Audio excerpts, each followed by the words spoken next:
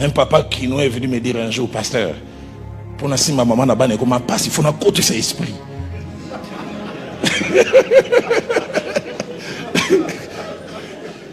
Et dit des fois, sur la télévision, on a tout kokalinga na ye. Mi bale na mi bale. Mais tu es obligé de te contenter d'elle. Si maternité, nous on est attiré quand la poitrine est là debout, ça ne viendra plus debout. Et apprendre à se contenter, à dire Seigneur, aide-moi à trouver mon plaisir dans le... Un homme rigole très fort là derrière. Tu as des problèmes comme ça?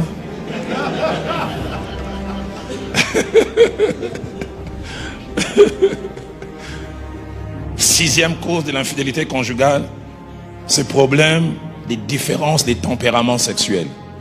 Différences des tempéraments sexuels. Les psychologues qui ont étudié les couples disent, en termes de sexualité, nous avons 4 types de personnes. Premièrement, on a les très chauds.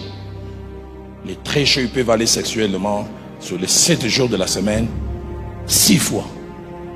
Et des fois, les 6 fois-là, des fois 2 fois par jour. Ils n'ont ni un démon, ni un problème. Dieu les a créés comme ça. On les appelle Iveco, les véhicules qui ne connaissent pas la fatigue.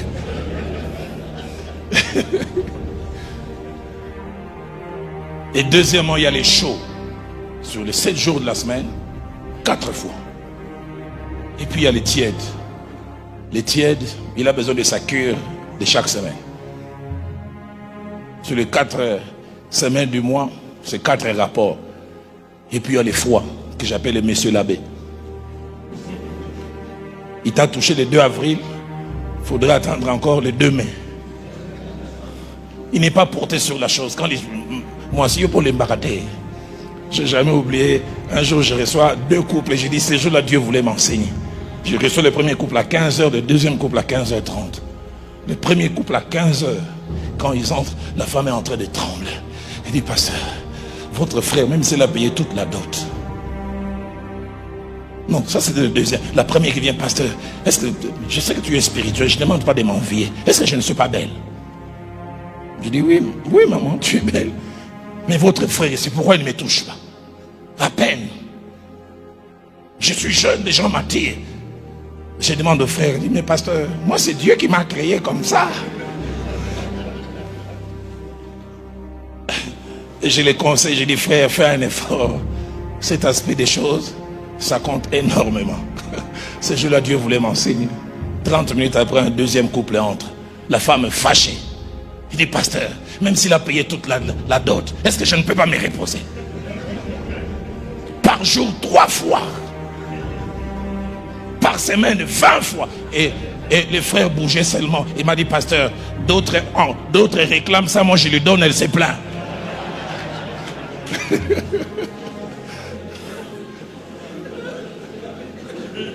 Différence des tempéraments sexuels. Alors c'est pourquoi la plupart des fois les problèmes se posent quand dans un couple 2 conjoints ont des tempéraments sexuels opposés. L'homme est très chaud, la femme est à noirite nengapeta. Elle aime une fois les mois. Ou l'inverse, l'homme aime chaque jour, la femme ne veut pas. C'est pourquoi vous qui n'êtes pas encore mariés, priez que Dieu vous associe avec quelqu'un dont le tempérament est pareil. Si vous deux, vous êtes des froids, vous vous habituez dans votre froideur. Une fois par semaine, elle est contente, tu es content. Tu es chaud chaque jour de la fête. Et les tempéraments sexuels posent des normes.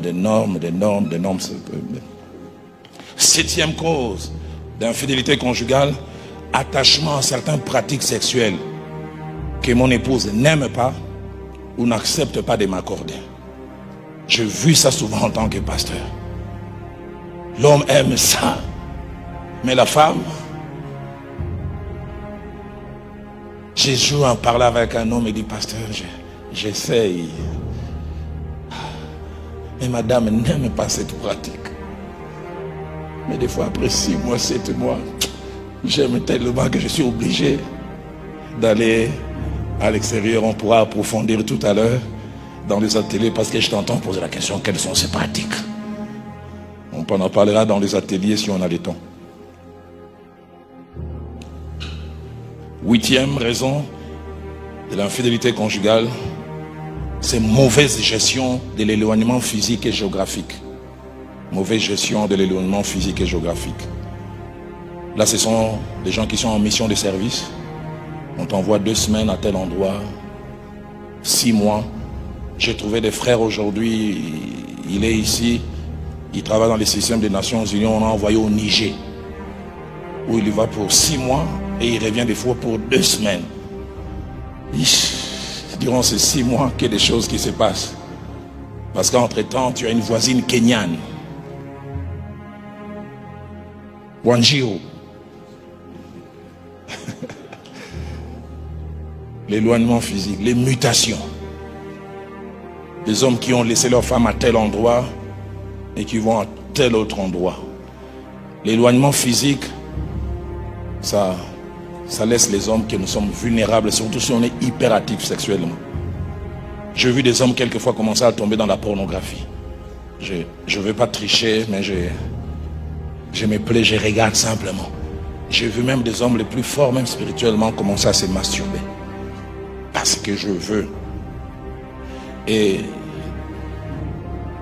9e et dernière raison, parmi les causes de l'infidélité conjugale, c'est mauvaise gestion des périodes de troubles qui peut arriver dans un couple.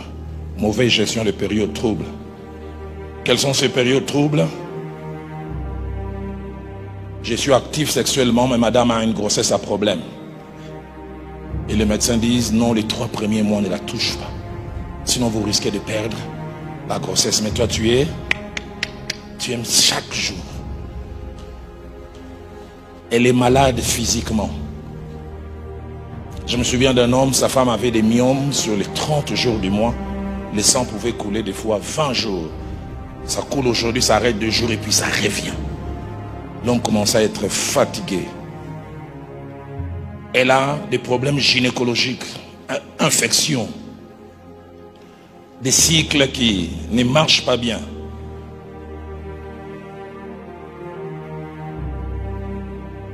Problèmes de maternité qui se suivent. Elle commence à avoir peur de la vie sexuelle. Et cela me permet de toucher l'avant-dernier point, quelques phases et conséquences de l'infidélité conjugale. L'infidélité conjugale en général a 3 phases. La première phase de l'infidélité conjugale, j'appelle cela la phase clandestine.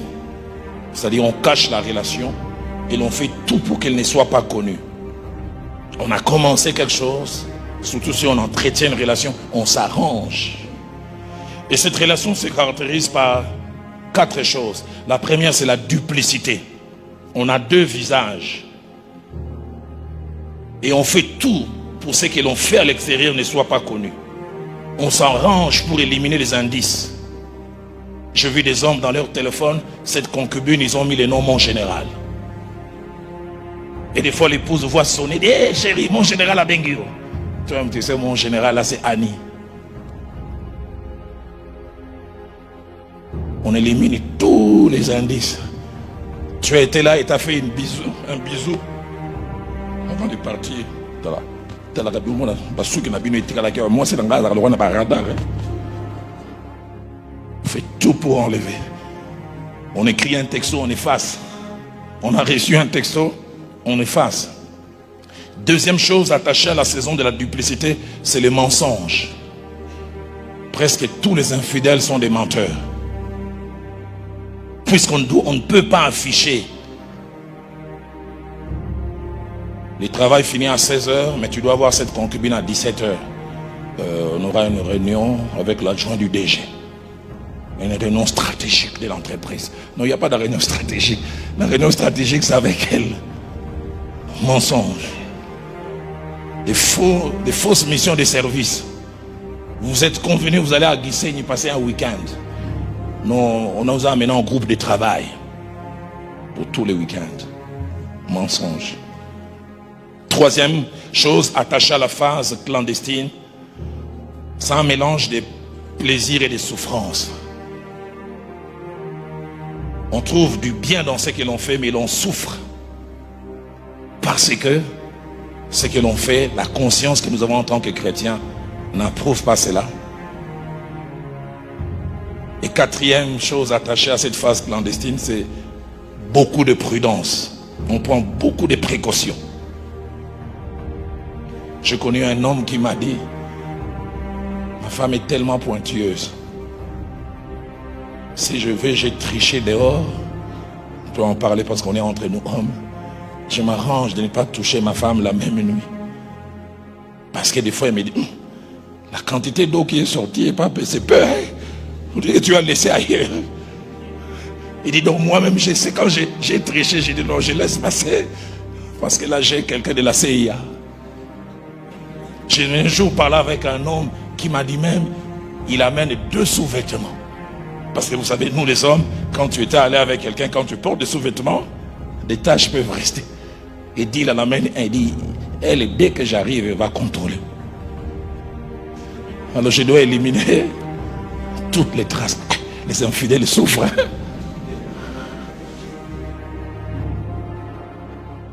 Deuxième phase de l'infidélité, c'est la phase des découvertes. La première phase, c'est la phase de la clandestinité. La deuxième phase, c'est la phase des découvertes. C'est-à-dire, pour certaines raisons, ce qui était caché finit par être connu. Et là, il y a 2 éléments. Premièrement, c'est connu malgré les précautions. Les premiers indices commencent à apparaître. Imprudence. Un texto qu'on a oublié d'effacer.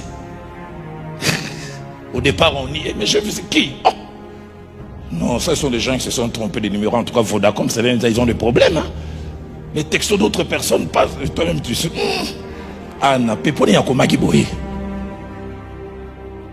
Facture d'hôtel qu'on a oublié de déchirer. Un parfum de femme que l'on sent. Un homme me dit un jour comment il a renié son propre lot de capotes parce que son épouse savait qu'il n'utilisait pas de capotes. Il monte juste dans le... Chérie, c'est capote. Ah, Jean-Jacques m'avait demandé d'acheter pour lui. C'était sa commande.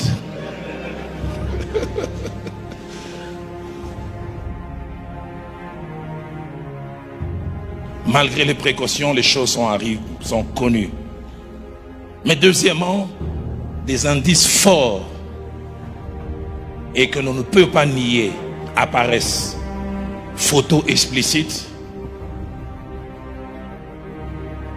textos explicites, et en général, quand les preuves irréfutables sortent, nous avons 2 types d'hommes. Premièrement, les hommes honnêtes, qui ont difficile à tricher parce que la tricherie n'est pas leur habitude. Ils avouent directement, chérie, pardonne-moi. Mais deuxièmement, il y a des menteurs professionnels qui, malgré les indices, ils commencent à nier. D'autres même, au-delà de nier, commencent à justifier. Si oui, j'étais trompé, mais c'est à cause de toi. Est-ce que tu me laisses te toucher? Tous les qu'il avoue, il commence à se rendre victime et à faire retomber la faute sur l'autre. Troisième phase de l'infidélité, c'est la phase finale. Cette phase finale qui a aussi 2 aspects. La première phase, c'est la rupture, et ça c'est surtout les bons chrétiens. Il est découvert et il sait que ça c'est pas son style de vie. Il veut rompre. Je dois arrêter. Et là j'ouvre une parenthèse et j'ai vu ça avec mon expérience en tant que pasteur. Les infidèles, des fois ils prennent la décision sincère de rompre, mais c'est pas si facile. Parce que tu promets à ta femme de rompre, mais il faudrait aussi aller convaincre l'autre. Et j'ai chaque fois vu avec ces hommes, autant tu as convaincu ta femme, quand tu arrives chez l'autre, non, ma femme a découvert, on doit arrêter, elle commence à pleurer.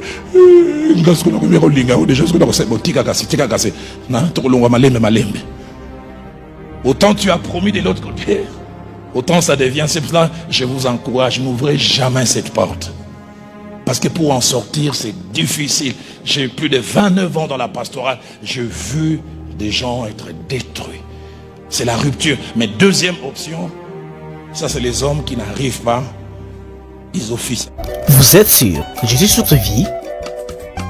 Vous êtes sur Jésus Source de Vie.